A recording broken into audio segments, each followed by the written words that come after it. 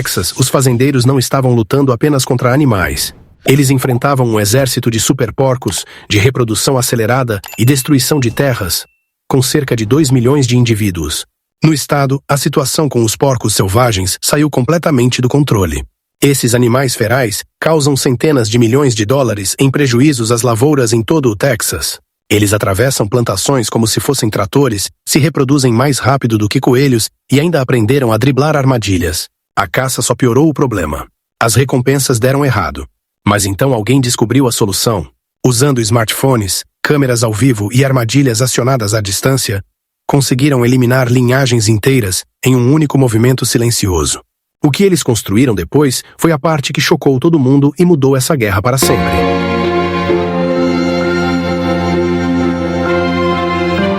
Por que todo o resto falhou? Diante dessa ameaça fora de controle, você pode achar que a solução seria simples: soltar os caçadores. Mas é aqui que a história fica realmente estranha, porque tudo o que parecia funcionar acabou dando completamente errado. A primeira e maior falha foi a caça recreativa. Na teoria, parecia perfeita. O Texas facilitou ao máximo a caça ao javali, sem período fechado, sem limite de abate. Dá para caçar de dia ou de noite, com praticamente qualquer arma imaginável. Virou uma festa para os caçadores. Mas havia um erro fatal. Caçadores são pessoas, e pessoas gostam de troféus. Naturalmente, eles miram nos animais maiores e mais impressionantes, os machos enormes com presas grandes e curvas. São esses que ficam bonitos pendurados na parede. Enquanto isso, o verdadeiro motor da invasão era ignorado: as fêmeas e os filhotes. Pense assim: eliminar os grandes machos é como capturar alguns generais, mas deixar todo o exército de fêmeas reprodutoras e seus descendentes intacto. Um único macho pode fecundar inúmeras ninhadas. Então removê-lo não faz praticamente nenhuma diferença no crescimento da população.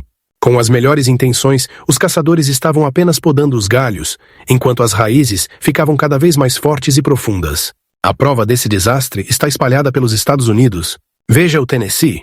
Em 1999, surgiu uma ideia brilhante: incentivar todo mundo a caçar javalis para controlá-los. Na época, eles estavam restritos a poucos condados. Mas apenas 12 anos depois, mesmo com toda essa caça, os javalis já tinham se espalhado por 70 condados. O programa não controlou o problema. Ele espalhou o problema como um vírus.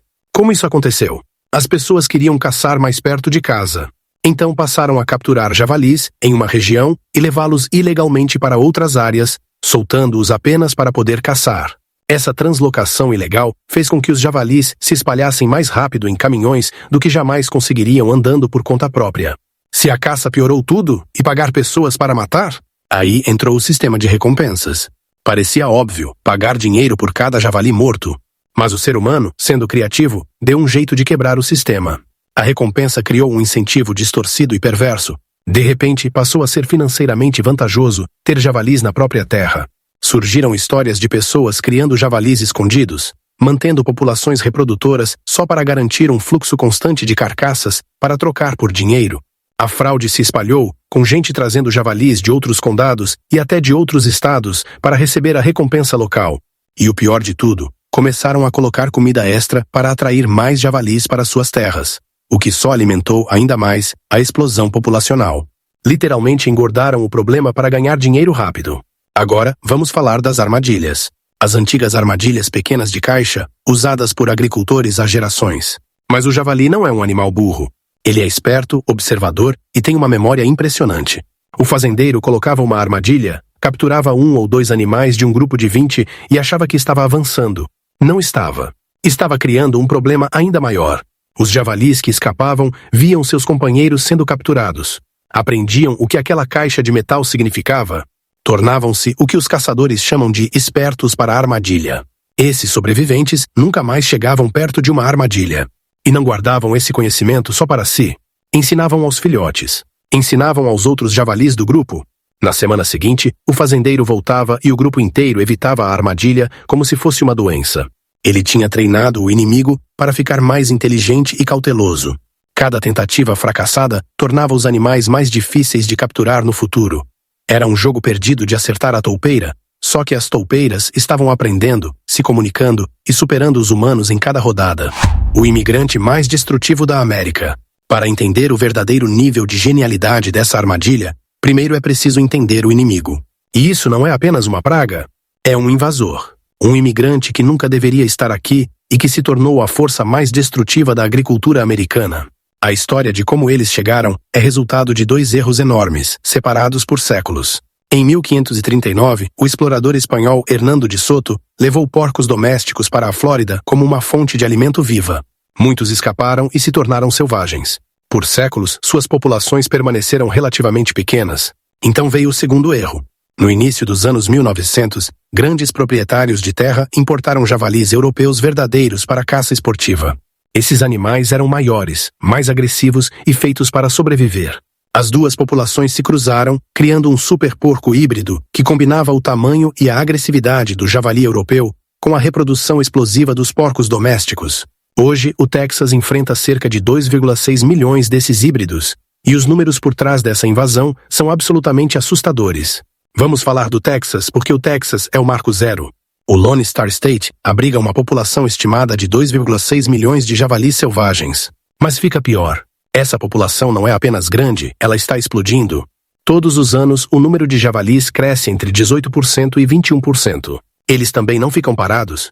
Estão expandindo seu território para o norte a uma taxa de quase 13 km por ano. Mas como isso saiu do controle tão rápido? A resposta está em um ciclo reprodutivo verdadeiramente aterrador. É aqui que a situação passa de ruim para praticamente sem esperança, e porque os métodos tradicionais nunca tiveram chance. A fêmea do javali, chamada de porca, é uma máquina de produzir filhotes. Ela pode atingir a maturidade sexual e começar a ter crias próprias com apenas 6 a 8 meses de idade. É como crianças tendo filhos. A gestação dura cerca de 4 meses, e quando ela dá à luz, não são apenas 1 ou 2 filhotes. A média é de 4 a 6. Mas quando há comida em abundância, ela pode ter 10 ou até 12 de uma vez. E aqui está o ponto mais assustador. Cerca de uma semana após o desmame dos filhotes, que ocorre aproximadamente um mês depois do nascimento, ela já pode engravidar novamente. Teoricamente pode ter 2 ninhadas completas por ano. Vamos fazer a matemática do pesadelo. Comece com apenas um casal reprodutor. Em condições ideais, esse único casal pode gerar mais de 20 descendentes em um ano. Esses filhotes começam a se reproduzir em apenas 6 meses. O crescimento não é linear, é exponencial. É uma onda de carne e presas. Você pode remover 100 javalis de uma propriedade e se deixar apenas algumas fêmeas reprodutoras para trás, elas repõem toda essa quantidade em menos de 2 anos.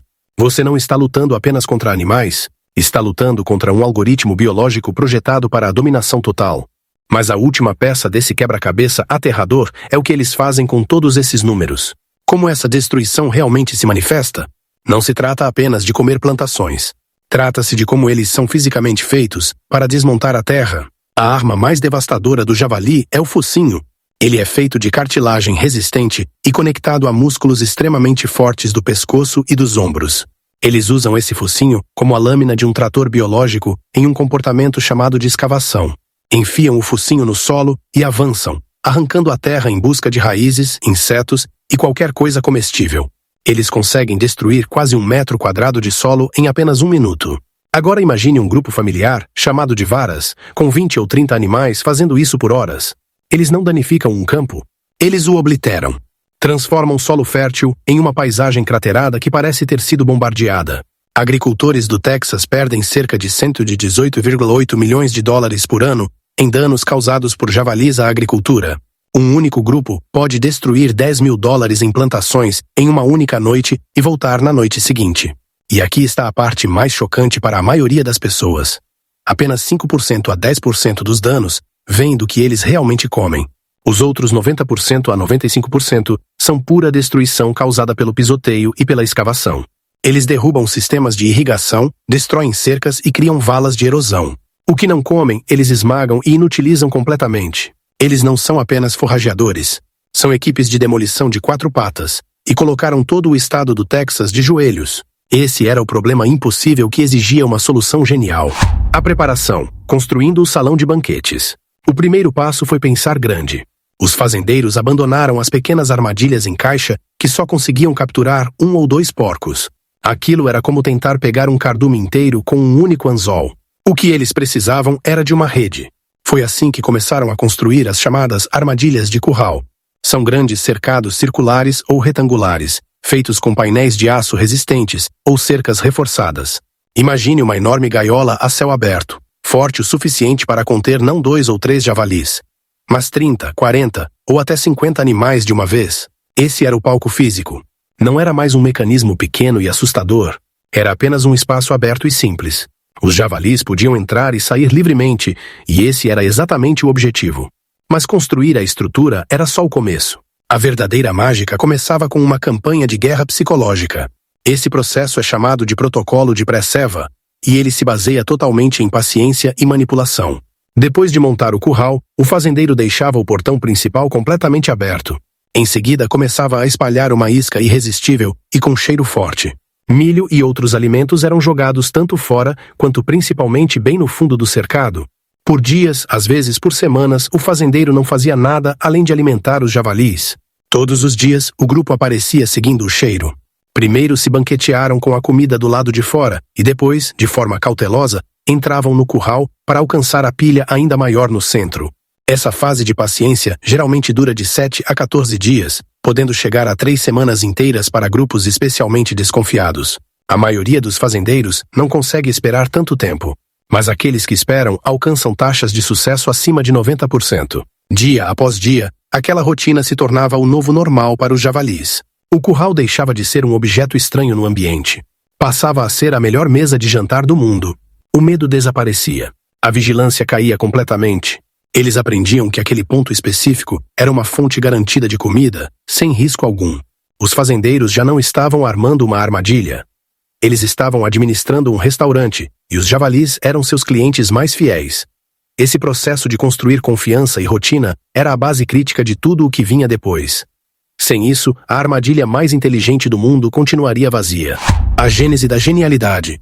E ali estavam eles encurralados. A caça só piorava o problema. As recompensas viraram piada, e as armadilhas apenas treinavam os javalis a ficarem mais espertos. Era uma batalha que eles perdiam ano após ano. Algo precisava mudar, e a mudança que veio não foi uma nova ferramenta. Pelo menos não no começo. Foi uma nova forma de pensar, uma virada completa de mentalidade. Os fazendeiros que finalmente decifraram o problema pararam de pensar como caçadores. Pararam até de pensar como fazendeiros. Eles começaram a pensar como generais. Imagine que você não está tentando capturar uma praga. Você está tentando derrotar um inimigo inteligente, adaptável, que opera sob a cobertura da noite. Você não sai correndo para a batalha. Você estuda. Você planeja. Você usa inteligência. Você monta uma armadilha tão perfeita que o inimigo entra nela sem jamais perceber que você estava ali. Essa foi a mudança de paradigma. Foi o momento em que tudo mudou. A guerra contra o javali deixou de ser uma sequência de confrontos isolados. Passou a ser uma campanha baseada em estratégia.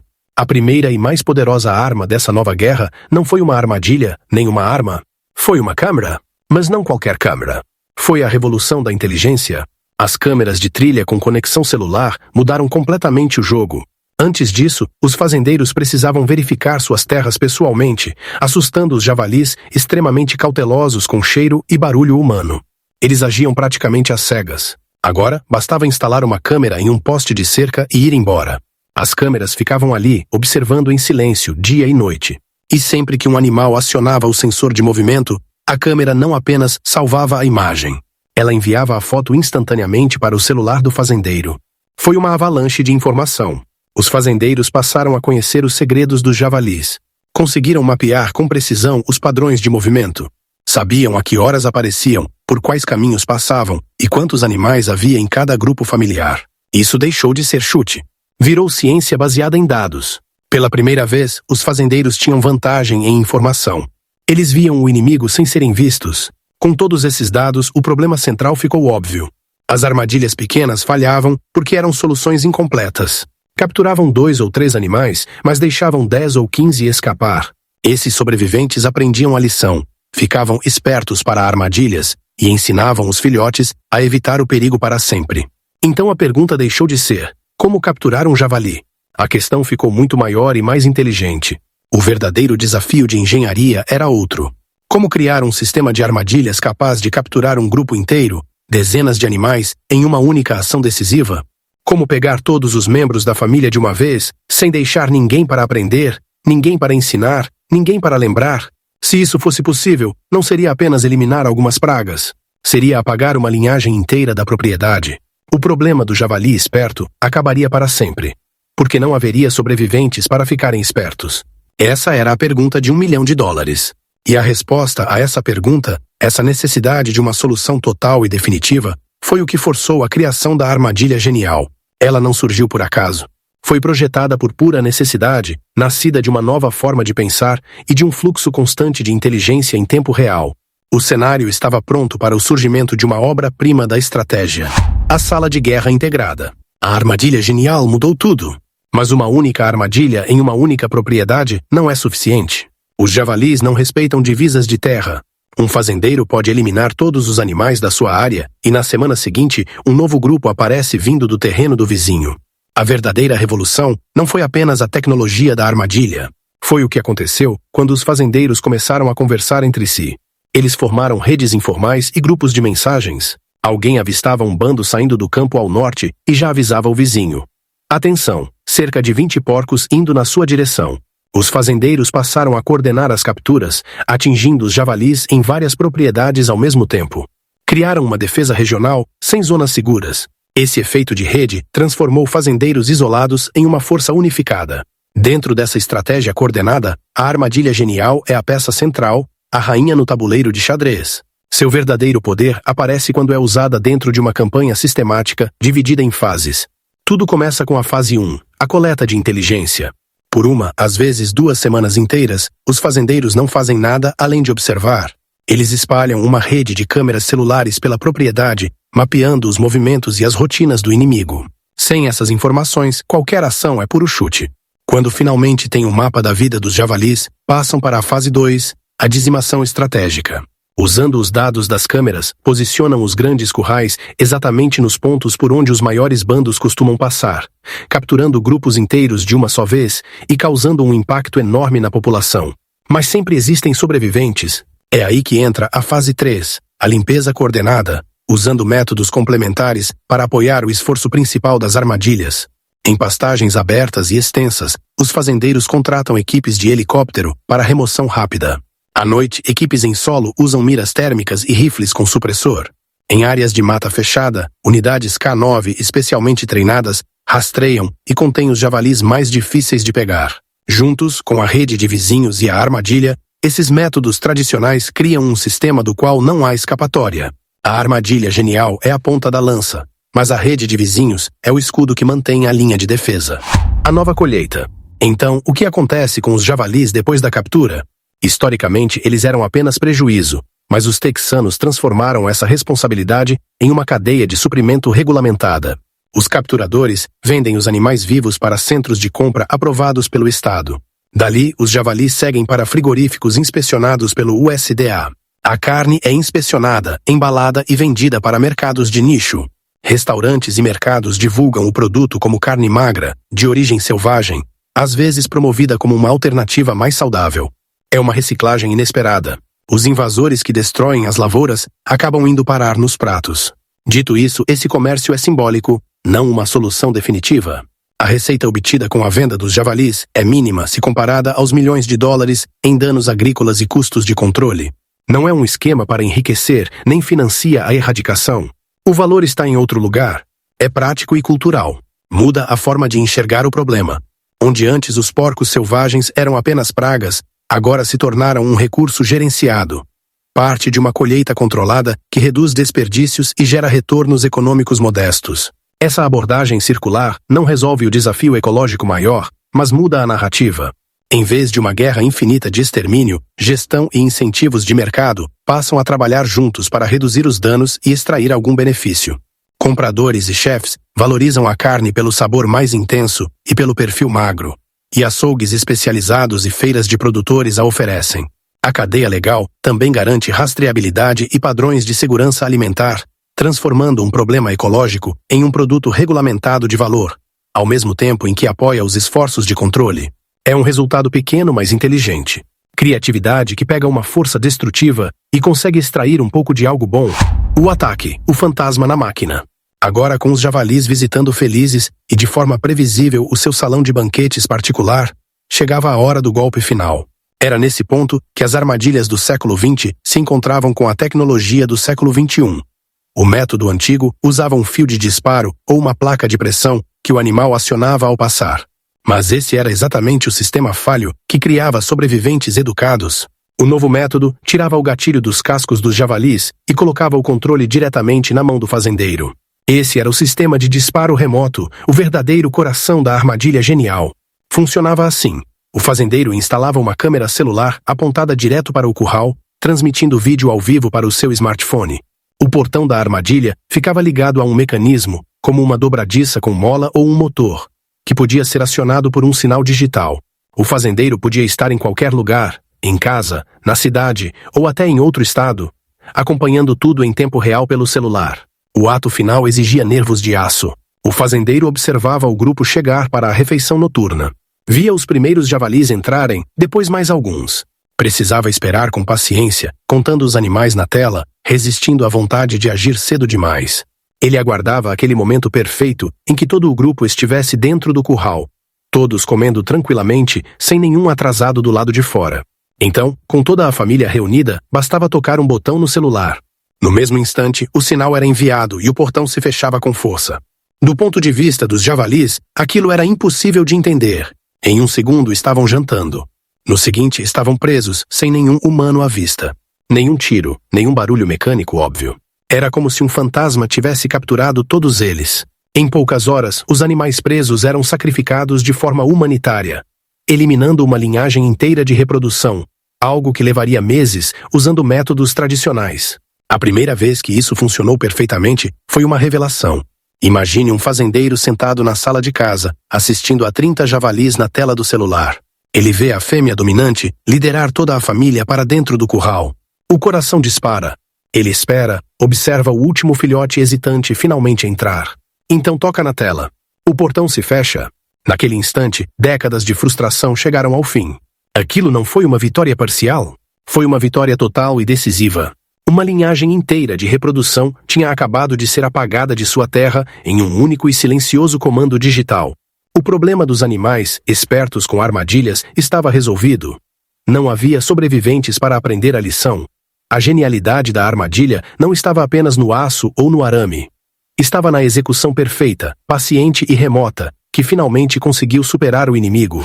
Vencendo a guerra impossível? A guerra acabou? Não. A erradicação completa de 2,6 milhões de javalis é impossível. Mas aqui está o que mudou. Sistemas de armadilhas com acionamento remoto capturam cerca de 88% das populações-alvo em um único evento. Os métodos tradicionais capturavam menos da metade. Essa diferença é tudo. As armadilhas antigas criavam sobreviventes espertos que ensinavam os filhotes a evitar o perigo. O novo sistema captura bandos inteiros, sem sobreviventes, sem aprendizado, sem passar o problema para a próxima geração. Os fazendeiros do Texas precisam remover 66% dos javalis todos os anos apenas para manter a população estável. Com taxas de captura de 88%, eles finalmente estão alcançando esse objetivo. Produtores que perdiam os 50 mil roles por ano com danos relatam quedas para os 5 mil ou menos. A população não foi eliminada, mas foi controlada. Novos javalis ainda aparecem, mas as redes coordenadas entre vizinhos os capturam antes que formem populações reprodutivas. A lição é clara. Você não precisa eliminar um problema para vencer. Basta controlá-lo bem o suficiente para que ele também não vença. Os fazendeiros do Texas conseguiram isso não com armas maiores, mas com dados melhores, paciência infinita e um único botão pressionado no momento exato. Obrigado pela sua companhia. Aproveite e clique nos cards da tela para assistir a mais um vídeo. Não se esqueça de deixar o like e se inscrever no canal. Até o próximo!